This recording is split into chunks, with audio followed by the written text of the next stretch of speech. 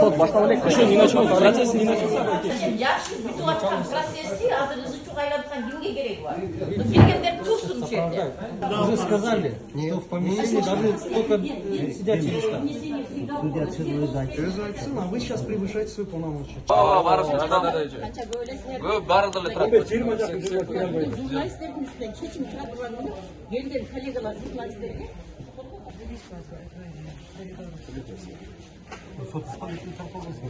Судья, пожалуйста, зайдет, не снимайте. Хорошо? Ахат, кандай чечип чыгат деп күтүп атасыз. Срокпен коштат, байым буйругу канчада удай чечет эмес деп азыр. Асыгар экен. Много болса, мындай.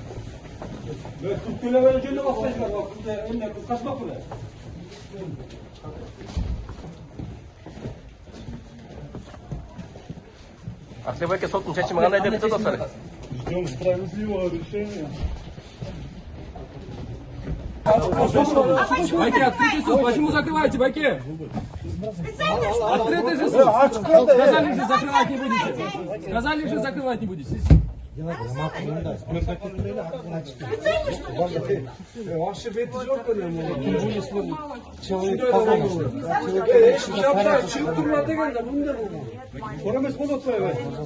Все слышали. Абсолютно все. Это же препятствие Байке получения. Нет, такую серьезную статью вменяйте, мы хотим аргументы, знать же, за что сажают вообще.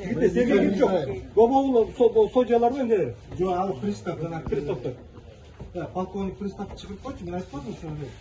Шақырмайды Байка, болды, все уже. А неге бұл закрытое место, открытый суд? Ой, ешті жаппай ұстап қойған, жаңа ашып. А что закрылись? Интересно.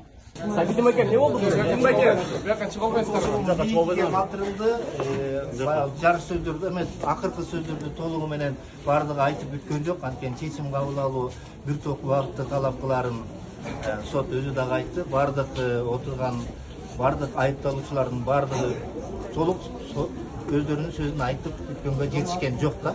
Ошол себептен эмки бейшемби күнү кайрадан сот отуруму улана турган болду. Эми бардыгыбыз эле акыйкаттуу мыйзамдуу чечим кабыл алат деп ишенебиз. Анткени бул убакка чейин дагы өлкө жетекчилери биздин өлкөдө деген буга чейин демократия аралча болгон болсо биздин өлкө кийин биздин өлкө дүйнө жүзүндө мыйзамдуулукту сактаган чыныгы өнүккөн өлкө катары сактала тургандыгын айткан. Демек бизде чыныгы мыйзамдуулук орногон болсо, чыныгы мыйзамдуулук диктатурасы келген өлкө боло турган болсо, анда биздин журналисттердин бардыгы эмки сотто акталат деп ишенем.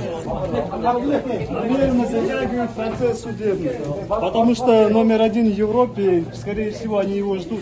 Судя по его недавнему интервью, мы находим наше дело.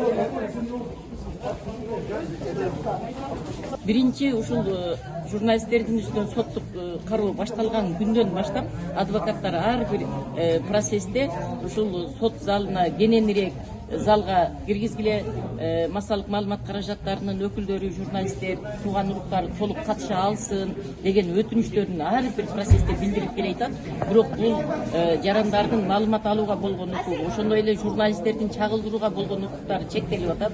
Ал эми кенен сот залынын жоктугу бул журналисттердин же жарандардын проблемасы эмес, ал мамлекеттин ошо соттордун өзүлөрүнүн проблемасы. Ошол проблема чечилбей мына бүгүнкү күндө тилекке каршы бүт баарыңар коридордо калып калдыңар. Силер кирип ар биринин сүйлөгөн сөздөрүн, акыркы сөздөрүн укканга укуктуу жана журналист катары жайылтууга милдеттүү болчуңар. Силердин милдетиңер да укугуңар дагы бүгүн чектелип атат. Сот жүрүшү кандай болот?